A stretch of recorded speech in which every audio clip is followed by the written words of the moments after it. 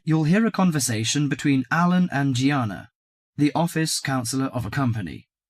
First, you have some time to read questions 1 to 6.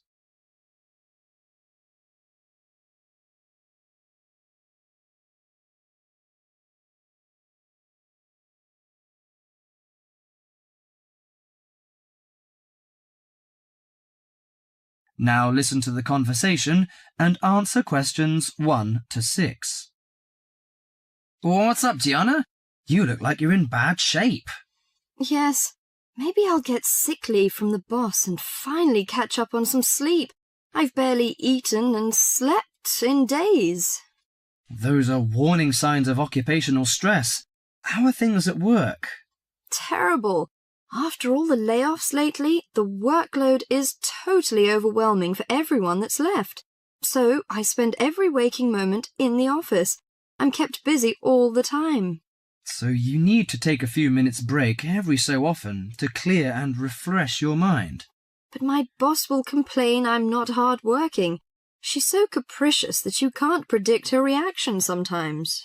Maybe your boss just doesn't have a clue about how much you're really doing. Keep her updated on your achievements and projects. Also insist that she prioritize everything so you can manage your time better. That's right. I suppose that would help me regain some sense of control, but I'm afraid that she'll take that as a sign of laziness and give me the axe. So take the initiative and hit the job hunting trail now. You'll be surprised at how many opportunities are out there. That's encouraging. Anyway, you should cheer up and get rid of the situation. You know, according to a survey, about 40% of all people find their work very stressful, and 25% develop mental or physical diseases.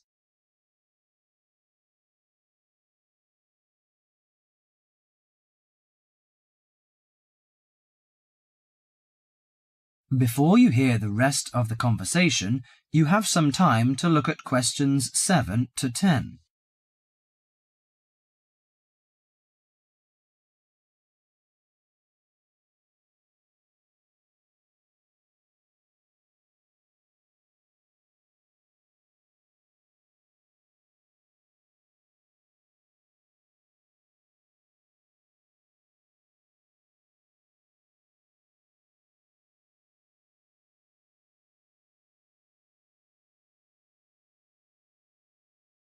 Now listen to the conversation and answer questions 7 to 10.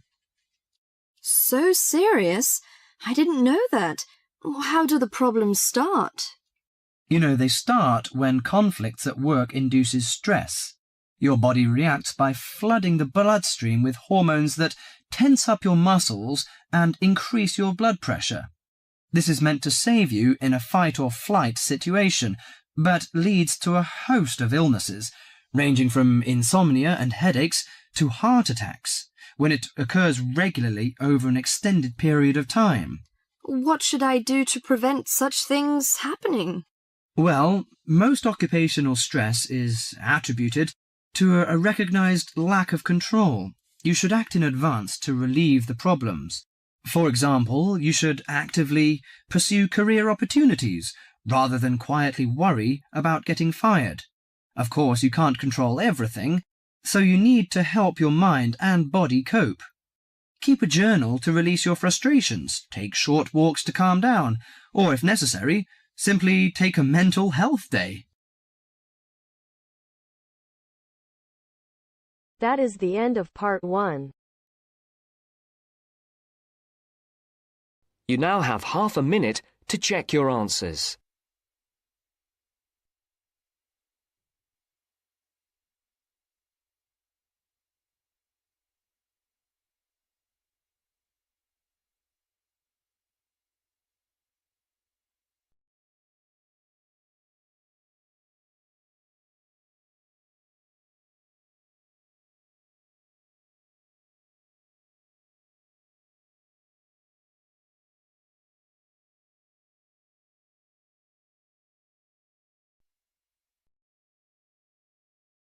Now turns to part 2. Part 2. You are going to listen to two students talking about a presentation on time management. First, you have some time to look at questions 11 to 15.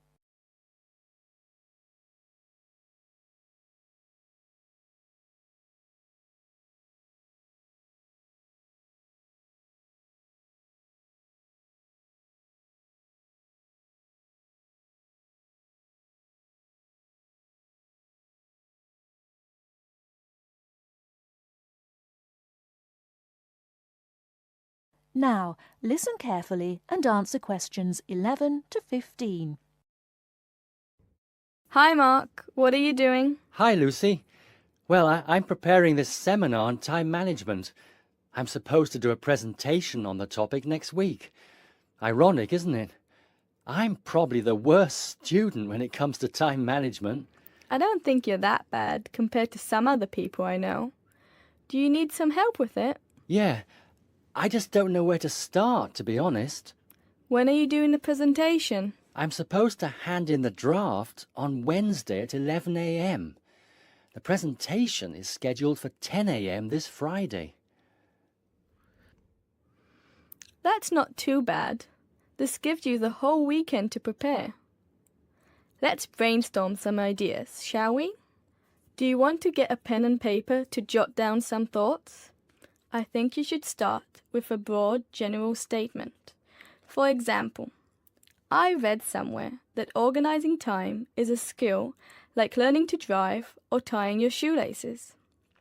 Then you could move on to discussing the common problems people have with managing time. That's not a bad idea. One of the common problems is putting things off. Yeah, you could also mention some common signs of this symptom, such as last-minute holiday shopping, putting off visits to the doctors or the dentist. Another problem is relying too much on your memory and not writing things down. Do you mean not keeping a diary or a planner to plan the tasks? That's right. For example, writing down what I need to do in a diary or planner helps me remember what I need to do and makes me more focused on the tasks for the day. Good idea. Before you hear the rest of the talk, you have some time to look at questions 16 to 20.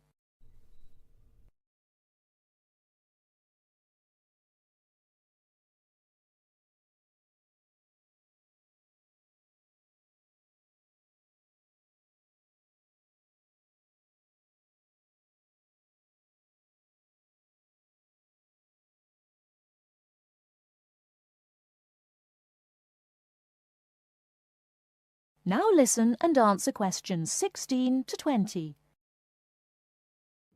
That reminds me of something I've been meaning to do for a while now. Anyway, I should also include some advice on how to deal with the problem, shouldn't I? Sure, you can talk about some ways of stopping procrastination. I guess making a to-do list can help one focus on what needs to be done. Definitely. Another way to deal with the problem is to prioritize and do the hardest job first, the one which requires the most effort and concentration. Also, my tutor recommended that I should break big projects into small parts with a specific goal. Having an action plan has worked for me. I usually make a list of small tasks I need to do to achieve a goal. Sometimes I just don't feel like getting down to work because a task seems too overwhelming for me to even think about. This technique helps me reduce psychological pressure if I think of a project as a set of easily achievable tasks. Don't you think? I know what you mean. I often feel like that myself with the statistics project I've been doing this term. I'm well behind and the deadline is next week. I think setting deadlines and sticking to them can help one to achieve goals. You can discuss this aspect in your presentation too. A good point. Setting deadlines can also help one become more realistic about the time it takes to do tasks. Another point you could include is how to deal with interruptions. Okay, I guess blocking in time to handle unpredictable interruptions can help one stay focused. Not just that, some interruptions, such as phone calls, can be easily avoided by using answering machines, for example. Saying no, which is one of the most useful words in English, is also very effective. It can be tough sometimes, but you've got to learn to say it nicely but firmly. I think you've got enough ideas here to start with. Definitely. Thanks a lot for your help. I just need to type the ideas up and I think I'm all set. Do you think you can lend me your laptop for a couple of hours? I'm afraid I can't. I've got to finish my own project. Never mind. I'll use one at the library. You certainly know how to say no. Learned it the hard way. Got to go now. Good luck with the presentation. Cheers. See you later.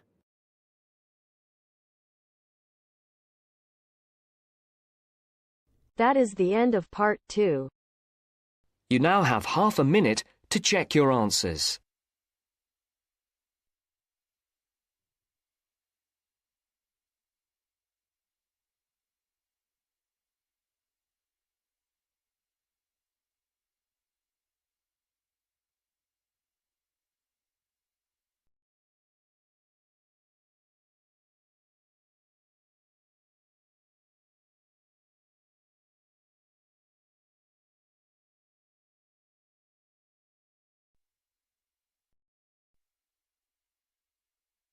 Now turns to part 3. Part 3. You are going to hear a tape recording of instructions and advice, which a woman called Martha has left for her friend John, who is coming to stay at her house and take care of it while she is away. First, you have some time to look at questions 21 to 24.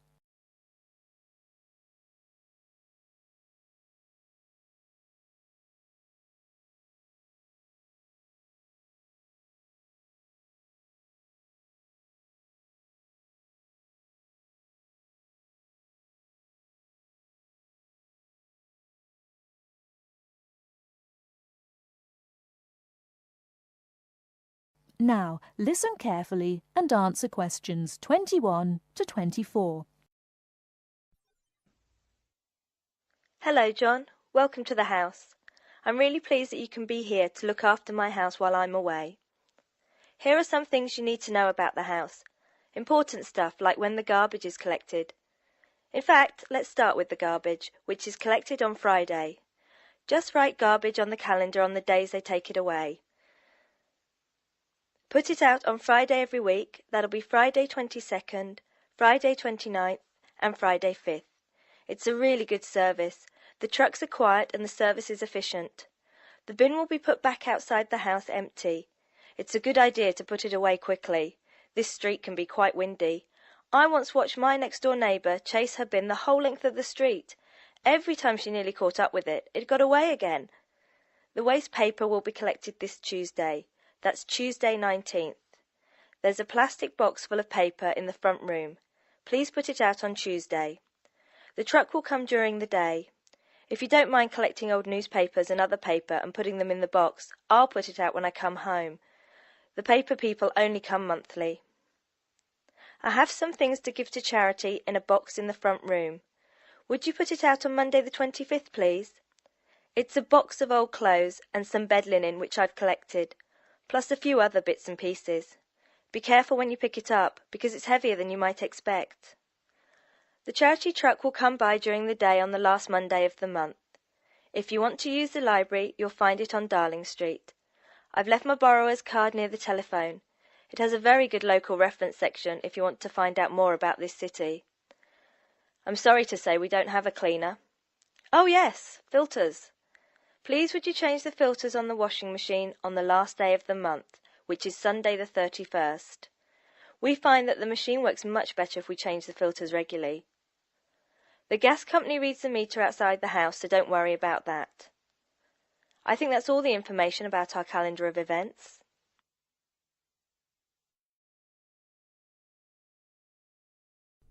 Before you hear the rest of the talk, you have some time to look at questions 25 to 30.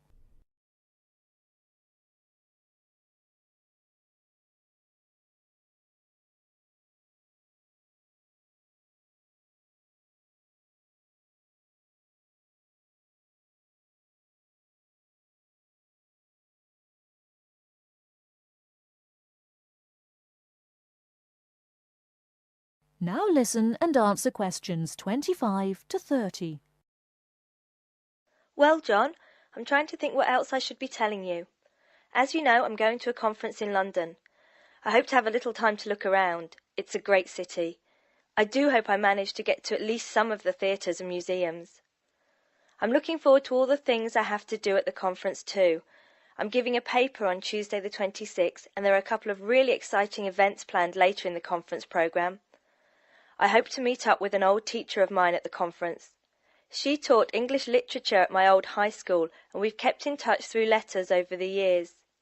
She teaches now at the University of Durham, and I'm really looking forward to seeing her again. By the way, I expect you're hungry after your trip. I've left a meal in the refrigerator for you. I hope you like cheese and onion pie. Would you do me a favour, please? I haven't had time to cancel an appointment. It was made a long time ago, and I forgot about it until this morning. It's with my dentist for a check-up on Thursday the 28th. Could you please call the dentist on 816-2525 and cancel the appointment for me? Thanks a lot, John. One last thing. When you leave the house, make sure the windows and doors are shut, and set the burglar alarm.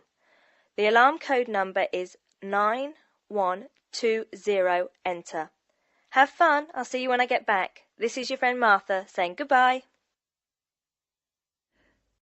That is the end of part 3. You now have half a minute to check your answers.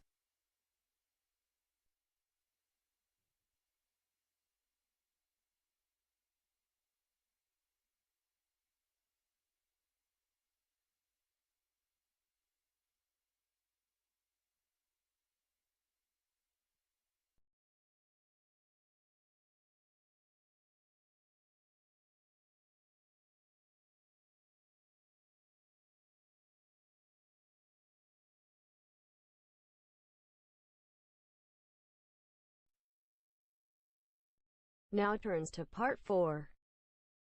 Part 4. You will hear a lecturer talking about the process of fossilization.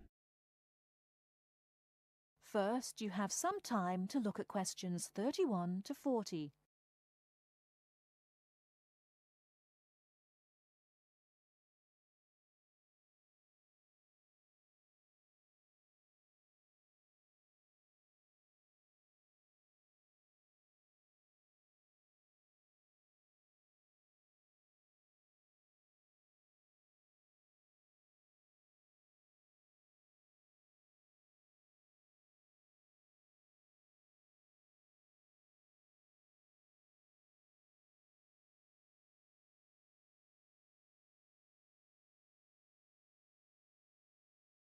Now listen carefully and answer questions 31 to 40. The foremost exhibition in any great natural history museum is almost invariably a skeleton of a large dinosaur, often the famous Tyrannosaurus rex, or T-Rex as it's usually known. Thus, one would think that these skeletons are plentiful, one for each museum, and more to spare in the basement. Well, here's an interesting fact. Almost every one of those T-Rex skeletons are just copies of the original fossils, and we only have 20 sets of these in the whole world. And the most complete is still missing 1/5 of its bones, and the rest are missing a lot more. And given that these dinosaurs once numbered in the thousands, and existed on this earth for perhaps 3 million years, you can realize an obvious fact. Fossilization is actually an extremely rare occurrence. Fossilization can only occur when, after an animal dies, it is buried in soft mud or silt relatively quickly, before the body completely rots or is torn to pieces by scavengers.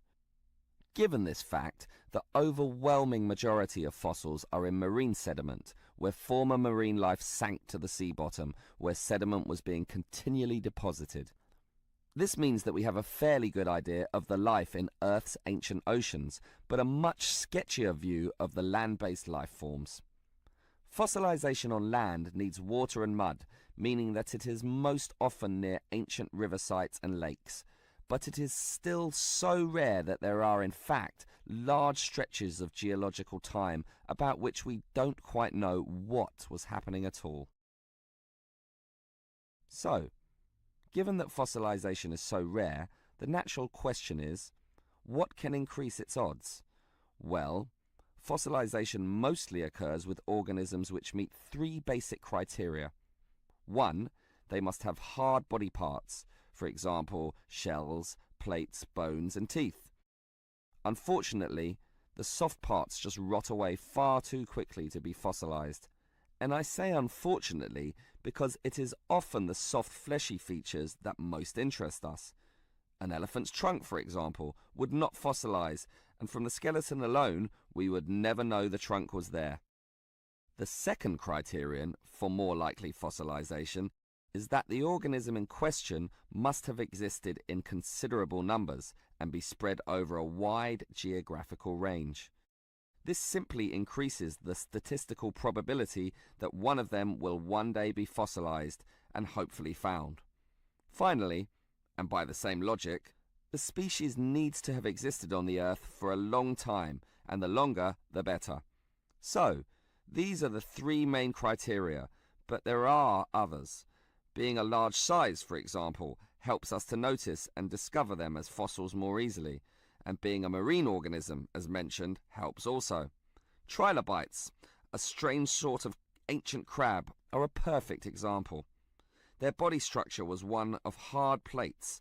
They existed over virtually the whole world of their time and over a huge span of geological history, over 250 million years in fact, one of the longest ranges of any creature ever. Added to this, some species could grow to relatively large sizes, and they lived in the sea. Perfect. These creatures meet all the criteria, and as a result, museums all over the world are spilling over with trilobite fossils of all shapes and sizes. As far as fossils go, they are common. So, let's think about T-Rex once again. It too basically meets all the criteria that we mentioned. It has hard parts, being the bones, had some dispersion, and had been around for a long time, although it cannot compare to trilobites in this respect. However, it does have one important advantage over trilobites. It is large, very large, which means we can discover it far more easily than many other fossils. And here's another advantage. Dinosaur hunters are a dedicated and fanatical breed, continually at work in all the likely sites of the world. Basically, us human beings are fascinated by these creatures. So much that we are always searching for them, probably more than any other types of fossil, meaning that more T-Rexes will inevitably spring up in the future, and one is certainly glad for this.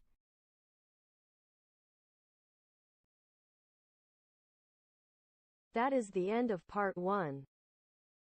You now have half a minute to check your answers.